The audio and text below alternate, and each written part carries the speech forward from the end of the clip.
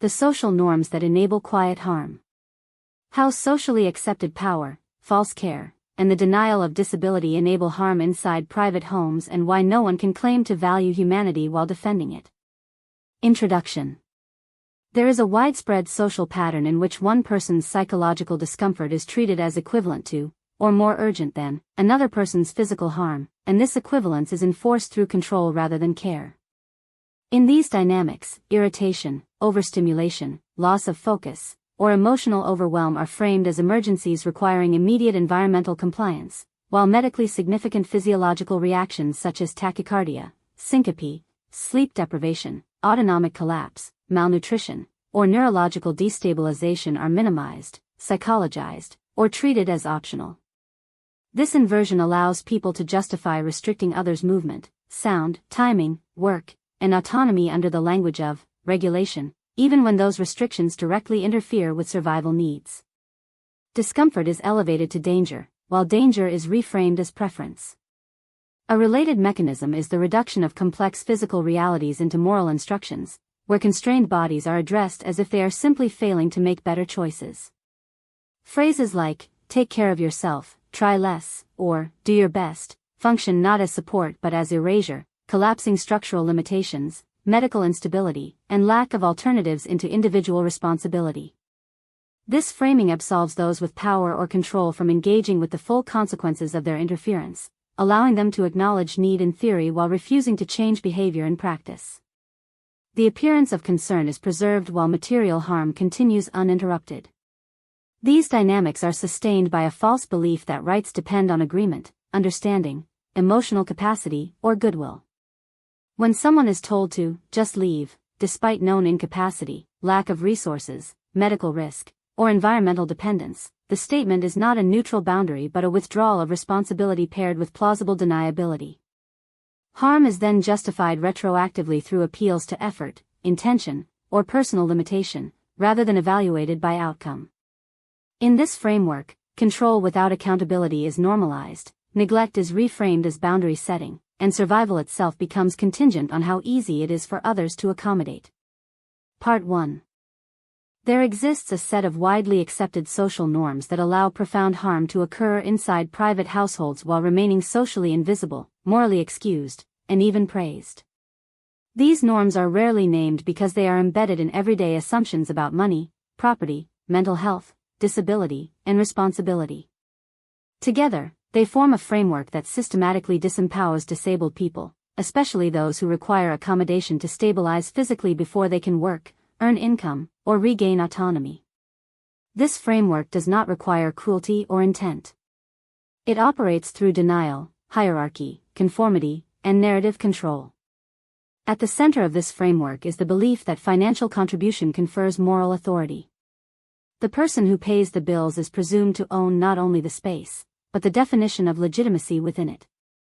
Their needs are framed as inherently reasonable, while the needs of those who do not pay are framed as conditional, negotiable, or suspect. Shelter becomes leverage, support becomes benevolence, and dependence becomes a moral flaw rather than a situational reality.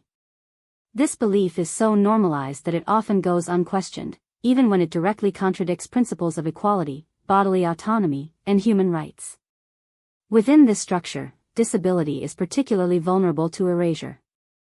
Physical disabilities that are complex, invisible, fluctuating, or poorly understood are easily reinterpreted as psychological, exaggerated, voluntary, or self-inflicted. This reinterpretation is not accidental. It serves a function. If a disability can be reframed as mental, emotional, or behavioral, then responsibility for managing its consequences can be reassigned to the disabled person themselves. Accommodation becomes optional, harm becomes justified, and withdrawal of support can be framed as reasonable rather than dangerous. A critical distortion occurs when mental or emotional discomfort is treated as equivalent to physical medical risk. This false equivalence allows people to argue that their stress, irritation, or difficulty regulating deserves the same priority as another person's cardiac instability, neurological collapse, or physiological danger. In reality, these are categorically different domains. Emotional regulation is an internal adult responsibility. Physical regulation, particularly in cases of autonomic dysfunction, neurological injury, or medical fragility, is not voluntary, not cognitive, and not subject to willpower. Conflating the two is not merely inaccurate, it is lethal. It enables the prioritization of comfort over survival while maintaining a veneer of fairness. This distortion is often reinforced by untreated or unacknowledged mental health problems. When adults do not take responsibility for their own emotional regulation, they may externalize distress onto those around them, especially those who are dependent or vulnerable. Instead of managing internal discomfort, they impose external control. Noise restrictions, movement restrictions, speech restrictions, and behavioral rules multiply, not because they resolve the underlying issue, but because conformity itself becomes the goal. The quieter, smaller, and more compliant the dependent person becomes, the more demands are placed upon them. Compliance does not restore balance. It entrenches power. This dynamic thrives in private households precisely because they are private. There is no oversight, no accountability, and no meaningful distinction between care and control. A person can deny another's disability, refuse accommodation, and still be seen socially as generous, selfless, or heroic simply because they provided housing or financial support. The phrase, "I did my best," functions as moral absolution, regardless of outcome. If harm follows, it is framed as unfortunate but inevitable. If the disabled person deteriorates, it is attributed to their own failure to improve. If they are discarded into an unsafe situation, responsibility dissolves into circumstance. Society largely affirms this logic. Friends, family, and strangers often side reflexively with the payer, the homeowner, the helper. The narrative is simple and comforting: resources were offered, gratitude was owed, expectations were reasonable, failure was personal. This consensus allows people to maintain belief in their own goodness without confronting the consequences of structural inequality. It allows denial to masquerade as neutrality and abandonment to masquerade as boundaries. A particularly insidious version of this pattern appears in what can be called false rescue. A disabled person is offered temporary support with the stated goal of helping them stabilize. However, the conditions required for stabilization are withheld or undermined. Accommodation is framed as excessive. Needs are treated as inconveniences. The environment itself becomes destabilizing. When the person predictably fails to recover or generate income under these conditions, their failure is used as proof that they were irresponsible, unmotivated, or ungrateful. The rescuer exits the situation claiming exhaustion or necessity, and the disabled person is left worse off than before, having lost time, health, and often their last safe option. This cycle repeats because it is structurally rewarded. Helpers receive social praise. Disabled people receive blame. Systems remain unchallenged. The narrative never reaches the point where the real cause is examined, that stabilization requires accommodation, and withholding accommodation guarantees failure. The cycle keeps disabled people disempowered by design, not by accident. Underlying all of this is a refusal to accept adult responsibility where it belongs. Adults are responsible for their own emotions, their own mental health management, and their own reactions to discomfort. They are not entitled to control others to avoid internal work. They are not entitled to prioritize their convenience over another person's bodily safety. They are not entitled to redefine physical reality to protect their self-image. When these responsibilities are avoided, power fills the gap, and those with fewer resources pay the price. The implications extend far beyond individual households. This is not merely a private moral failure. It is a civil and human rights issue. Disabled people are systematically excluded from safety, autonomy, and survival because society tolerates conditional humanity. Rights are treated as aspirational rather than binding. Care is treated as charity rather than obligation. Equality is invoked rhetorically while being denied materially. No one can credibly claim to care about humanity, freedom, or equality while accepting these norms. No one can claim to value life while tolerating structures that routinely sacrifice disabled people for comfort, convenience, or moral self-satisfaction. Civil and human rights movements were not built on sympathy. They were built on the recognition that rights are meaningless unless they are upheld precisely when it is inconvenient to do so. Protecting the rights of disabled people, especially those who are dependent, isolated, or systemically failed, is not optional. It is not generosity. It is the minimum condition for a society that claims to be ethical. Lives are lost not because accommodation is impossible, but because denial is easier. The only way to save those lives is to reject the social norms that excuse harm, to refuse false equivalence between discomfort and danger, and to insist that rights apply inside private homes as surely as they do in public law. Anything less is not neutrality. It is complicity. Part 2, Ending the social permission structure that enables harm. If Part 1 names the machinery of quiet harm, then Part 2 names responsibility. Systems do not persist because they are invisible, they persist because they are permitted. The social caste system that devalues disabled lives is not an accident of history, nor a fringe moral failure. It is one of the core operating mechanisms of imperialism, capitalism, patriarchy, and every hierarchy that concentrates resources while externalizing harm. It is the mechanism by which people who control shelter, money, employment, and access convert power into moral legitimacy, and by which those without power are rendered disposable. There is no dismantling of oppressive systems without dismantling this one. Any movement that claims to oppose domination while excusing it in private life is not revolutionary, not humanitarian, and not aligned with liberation. You cannot oppose exploitation in theory while practicing it at home. You cannot condemn empire while replicating its logic in family dynamics, workplaces, housing arrangements, or communities. The first change required is a refusal of the payer as authority doctrine. Financial contribution cannot continue to function as a moral override. Paying bills does not grant ownership of another person's body, needs, or reality.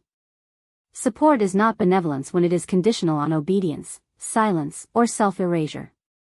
Allies must challenge the reflexive social instinct to side with the resource holder and instead ask the only question that matters: are rights being upheld, or are they being traded for survival?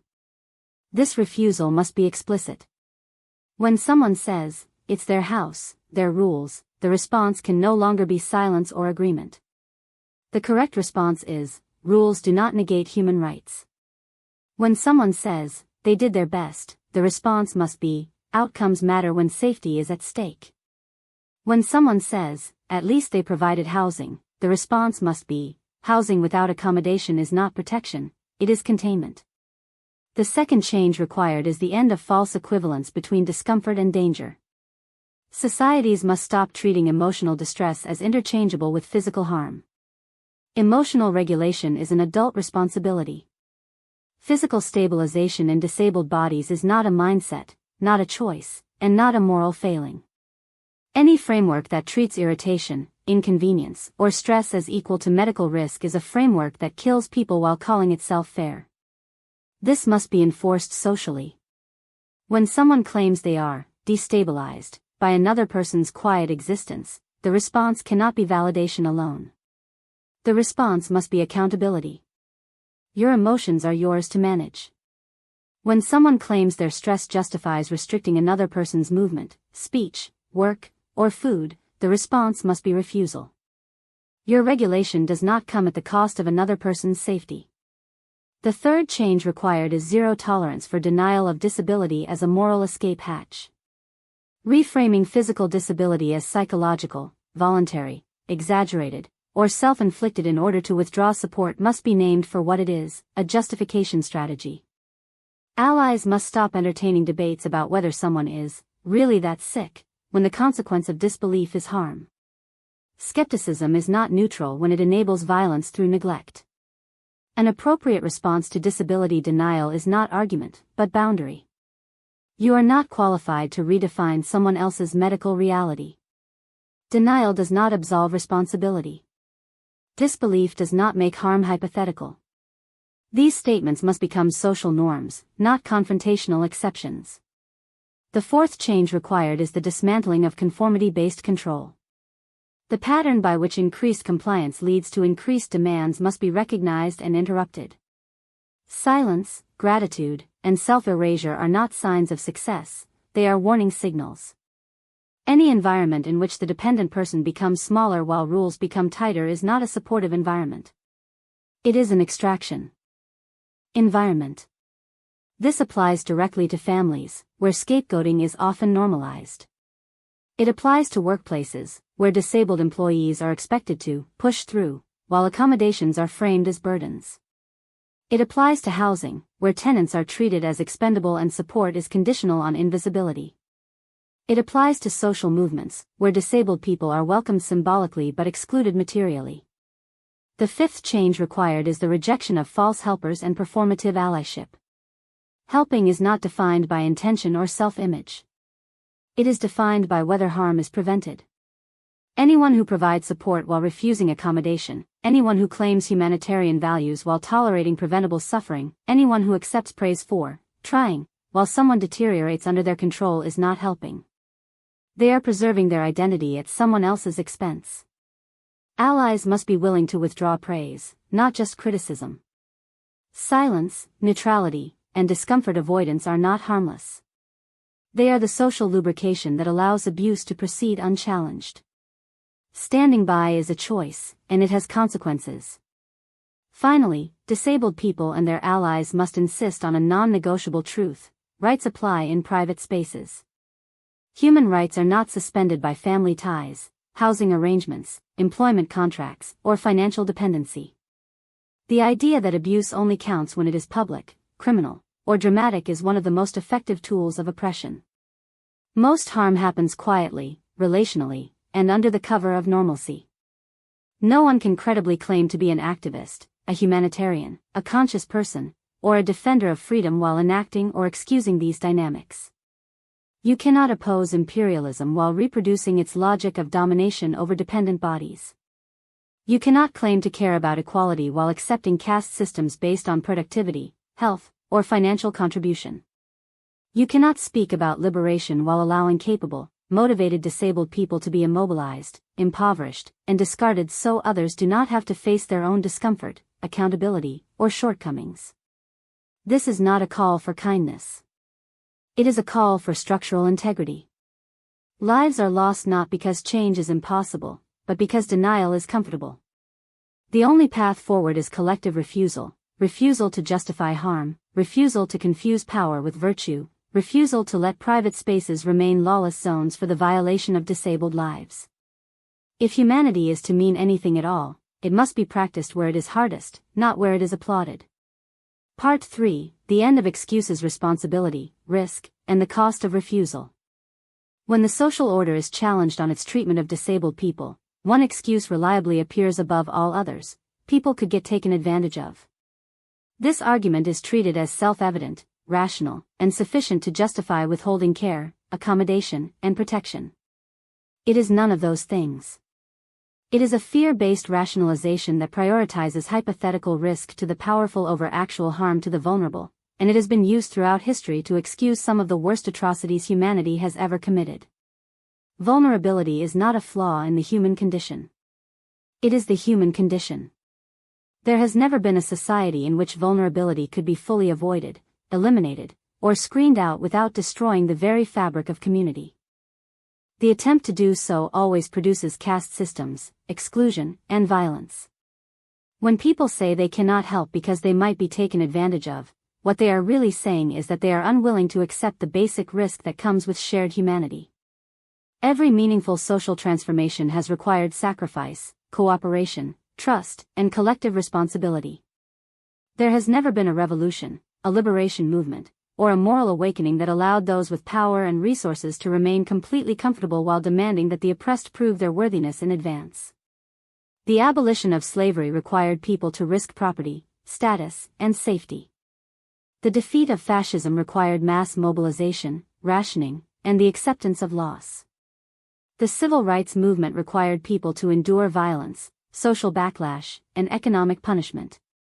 Resistance to genocide has always required people to act before certainty, not after. The idea that justice can be achieved without discomfort to those who benefit from the current order is a fantasy. It always has been. Today's treatment of disabled people follows the same logic as past systems of inequality. Those with resources frame their dominance as prudence. Those without resources are framed as risky, burdensome, or suspect. Harm is justified not because it is necessary, but because it is convenient.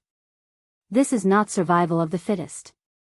If it were, those who claim to be the most capable would not outsource their emotional regulation, their discomfort tolerance, and their moral responsibility onto bodies that are already physically compromised. A society that demands silence, gratitude, and invisibility from disabled people while insisting that able-bodied resource holders must never be disturbed is not strong. It is brittle. It is dependent on denial. It is propped up by the unpaid labor, suppressed needs, and sacrificed lives of those it deems expendable. Neglect is not a misunderstanding. It is not a difference of opinion. It is not an unfortunate side effect of generosity. Neglect is illegal. It is a violation of basic human rights. Withholding food, medical accommodation, rest, autonomy, or the means to stabilize while claiming moral high ground is not care. It is domination disguised as responsibility. When people's physical needs are not met, their behavior will change. This is not pathology. It is physiology. Starvation, chronic stress, pain, sleep deprivation, and autonomic dysfunction alter cognition, mood, and behavior. Historically, people subjected to deprivation have always been labeled irrational, unstable, dangerous, or inferior by those responsible for the deprivation. This pattern has justified slavery, forced institutionalization, colonization, and genocide. The misdiagnosis of deprivation as inherent defect is one of the oldest tools of oppression. Disabled people who are denied accommodation may appear erratic, withdrawn, angry, confused, or inconsistent. That does not mean they lack capacity, talent, or value. It means their basic needs are not being met. When someone has skills, intelligence, creativity, or motivation, denying them the conditions required to use those abilities is not neutral. It is theft of potential. It is the deliberate prevention of contribution, followed by punishment for not contributing. The idea that communities can outsource responsibility entirely to governments, nonprofits, or bureaucracies is another convenient myth. Systems fail. They always have. Historically, survival has depended not on institutions alone, but on people choosing to act when institutions fall short. Mutual aid, community protection, and shared responsibility have saved lives long before they were named as concepts, and they will continue to do so whether or not they are fashionable. What must end is the permission people give themselves to judge others based on generalizations, paranoia, or unresolved personal trauma. Past harm does not justify present neglect. Fear does not excuse the abandonment of principle. If someone is unwilling to examine how their own history distorts their perception of others, they are not protecting themselves, they are perpetuating harm. Resource holders and able-bodied people must grow up. Adulthood is not defined by ownership, income, or independence from others. It is defined by the capacity to tolerate discomfort without transferring it onto those with less power. It is defined by the willingness to take responsibility for one's internal states rather than controlling external bodies. It is defined by acting ethically even when no one is watching and no praise is guaranteed. No one is entitled to comfort built on someone else's deterioration. No one is entitled to emotional peace that depends on silencing, starving, or immobilizing another person. No one is entitled to call themselves humanitarian, activist, conscious, or awake while defending systems that quietly discard disabled lives. This is the line. There are no more excuses that have not already been used to justify atrocity in the past. There is no new argument here, only recycled fear dressed up as reason. History has already rendered its verdict on societies that choose comfort over justice, denial over responsibility, and hierarchy over humanity. The choice now is not abstract. It is immediate and practical. Either people with resources accept the risks inherent in shared humanity, or they accept responsibility for the harm caused by refusing it.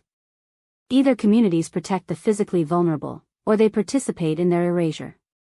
Either capable, motivated disabled people are given the conditions to rehabilitate and contribute, or society continues to bleed talent, life, and integrity for the sake of avoidance. Innocent lives are at stake. They always have been. And they will continue to be, until people stop asking whether helping is safe and start asking whether refusing to help is justifiable. It is not. What this ultimately comes down to. At the deepest level, this is not a debate about disability, mental health, housing, or even resources. It is a confrontation with a lie that modern societies desperately want to keep intact, the lie that people can claim moral virtue without practicing it when it costs them something. Every society tells itself a story about who deserves care. That story always tracks power. Those who are productive in visible, approved ways are framed as worthy. Those who require accommodation, time, flexibility, or trust are framed as risky. This framing is not accidental. It protects hierarchy. It allows people to benefit from others' suffering while telling themselves they are good. Disabled people sit at the fault line of this lie because they expose its incoherence. They force a question society does not want to answer. If someone's value is not contingent on productivity, compliance, or ease, then what justifies hierarchy at all? Rather than face that question, society answers by narrowing who counts as human enough to protect. That narrowing happens quietly. It happens through tone, through norms, through reasonable expectations, through what is called polite, through what is dismissed as unrealistic. It happens when people say, "I support equality, but," and then list the conditions under which they will withdraw it. It happens when compassion is framed as optional and rights are reframed as favors. One of the most dangerous myths is that abuse and neglect require malice. They do not. Most harm is done by people who believe they are decent, rational, even kind. Harm is done by people who outsource moral responsibility to social norms, legality, or consensus. Everyone agrees. That's just how it works. I didn't mean to. These are not neutral statements. They are abdications. History is not shaped by monsters alone. It is shaped by ordinary people choosing comfort over conscience again and again until atrocity becomes background noise. Slavery did not persist because everyone was cruel. It persisted because enough people benefited from it and enough others told themselves it wasn't their place to intervene. Genocides have not happened because hatred was universal, but because denial was easier than action. Every oppressive system has relied on the same mechanism, normalization. What is happening to disabled people now follows that exact template. It is normalized that they wait longer, accept less, endure more, explain themselves endlessly, prove legitimacy repeatedly, and disappear quietly when they cannot meet impossible demands. It is normalized that their deaths are called tragic rather than preventable. It is normalized that their suffering is framed as inevitable rather than caused. This normalization is lethal. Another truth people resist is this: many disabled people are not failing to integrate into society, society is actively preventing their integration. Capable, motivated people are being blocked from stabilizing, earning, creating, and contributing because accommodation is treated as indulgence rather than infrastructure. When they predictably collapse under deprivation, that collapse is used as proof that they were never capable to begin with. This is not misfortune. It is a closed loop designed to preserve hierarchy. The insistence that people must prove themselves under hostile conditions before receiving support is not meritocracy. It is sabotage. No one demands that a bridge prove it can stand before building the supports that allow it to do so. No one expects a body to heal while continuing to inflict the injury. Yet this is exactly what disabled people are required to endure to be deemed worthy of survival. There is also a profound immaturity at the heart of the resistance to change. Many able-bodied people with resources rely on others' partners, children, workers, marginalized groups to absorb emotional labor, instability, inconvenience, and discomfort. Their own sense of regulation depends on systems and people they do not acknowledge. To then claim that accommodating disabled people is unfair, burdensome, or risky is not strength. It is projection. It is the refusal to recognize interdependence while exploiting it. Interdependence is not weakness. It is reality. Every human who has ever lived has depended on others at multiple points in their life. Pretending otherwise is not self-reliance, it is denial enabled by privilege. What is required now is not more awareness campaigns, softer language, or individual resilience narratives. What is required is moral adulthood at scale. That means accepting that safety, dignity, and accommodation are not optional add-ons, but foundational obligations. It means accepting that some people will misuse generosity and that this does not justify withholding it from everyone else. It means accepting that justice is messy, imperfect, and costly, and choosing it anyway. It also means relinquishing the fantasy that one can be on the right side of history, without doing anything uncomfortable in the present. History does not reward intentions. It records outcomes. People will continue to say this is too much to ask. That it's unrealistic. That it's idealistic. That it's dangerous. These same arguments have been used every time power has been challenged. They have never aged well. What ages well is courage, clarity, and the refusal to let fear masquerade as wisdom. Disabled people do not need to be saved. They need conditions that do not sabotage them. They need environments that allow their bodies to stabilize, their skills to emerge, and their contributions to be made visible. When those conditions are met, the myth of dependency collapses on its own. The question facing society is not whether it can afford to protect disabled people. It is whether it can afford to keep discarding them. The cost is already visible: lost lives, lost talent, generational trauma, moral erosion, and a culture that confuses domination with order. This is the moment where excuses stop being abstract and start being choices. Every person who benefits from the current arrangement has a decision to make. Not someday. Now. Humanity is not proven by words, identities, or ideals. It is proven by what we refuse to allow, what we interrupt, and who we stand with when there is no applause. Anything less is not neutrality. It is participation. Final conclusion: why speaking like this matters. What is so often dismissed as ranting is not excess emotion, incoherence, or instability. It is primary source material. It is what truth sounds like when it comes from the point of maximum cost, where abstraction is impossible and denial fails. It is the language of people who are not theorizing harm from a safe distance, but living inside the mechanisms that produce it. History has always depended on these voices, even as societies try to suppress, discredit, or sanitize them. What has been expressed here is not personal grievance. It is forensic articulation under pressure. It is the mapping of a structure that most people only encounter indirectly, vaguely, or in fragments, and therefore never fully understand. When harm is quiet, relational, and normalized, it can only be exposed by those who experience its full force and survive long enough to describe it end to end. This kind of speech matters because it names how harm actually operates, not how people prefer to imagine it operates. It identifies the logic used to justify neglect, the narratives that absolve responsibility, and the social norms that convert domination into virtue. It exposes the gap between stated values and enacted behavior, the gap where ideology collapses. Systems of oppression do not rely on ignorance alone. They rely on plausible deniability. They persist because people can say, "I didn't know, I meant well, it's complicated," or, "That's just how things are." What detailed, uncompromising articulation does is remove those escape routes. Once the full pattern is spoken aloud, once the loop is traced from dependency to denial to discard, bad faith becomes visible. Silence can no longer pretend to be neutrality. That is why this kind of clarity is treated as dangerous. Not because it is irrational, but because it is coherent.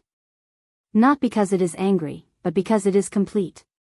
It does not allow people to cherry-pick facts, soften consequences, or hide behind intentions. It insists on outcomes. There is also a deeper truth that must be acknowledged: societies reward a very narrow kind of speech. Calm, brief, polite, emotionally detached language is treated as credible, while speech that emerges from bodily threat, deprivation, or urgency is dismissed as excessive. This standard is not neutral. It filters out the very people most harmed by the system. When a body is under threat, clarity does not arrive in tidy soundbites. It arrives in waves, layered, repetitive, insistent, because survival requires total accounting. Throughout history, transformative change has come from people who refuse to compress their reality to make it comfortable for others. Abolitionists were told they were too extreme. Survivors of genocide were told they were too emotional. Disabled people have been told they are too demanding, too negative, too much. Each time, the accusations serve the same purpose: to protect those who benefit from the status quo from having to confront it. Insisting on speaking fully is not excess. It is resistance to erasure. This articulation does not ask for pity. It does not seek permission. It does not soften itself to be palatable to power. It states what is happening, why it is happening, and what it costs in human lives. It refuses to let private harm remain politically invisible. It refuses to let comfort masquerade as morality. And that is precisely why it matters. Because change does not begin when people are persuaded gently. It begins when truth becomes unavoidable. When the pattern can no longer be denied. When those who benefit from silence are forced to reckon with the fact that their comfort depends on someone else's collapse. This was never ranting. It was witness. It was the kind of speech that history eventually recognizes as necessary, even if it is punished in the moment. The kind of speech that makes it impossible to say, later, that no one warned us, no one explained it, no one saw it coming. The truth was spoken. In full.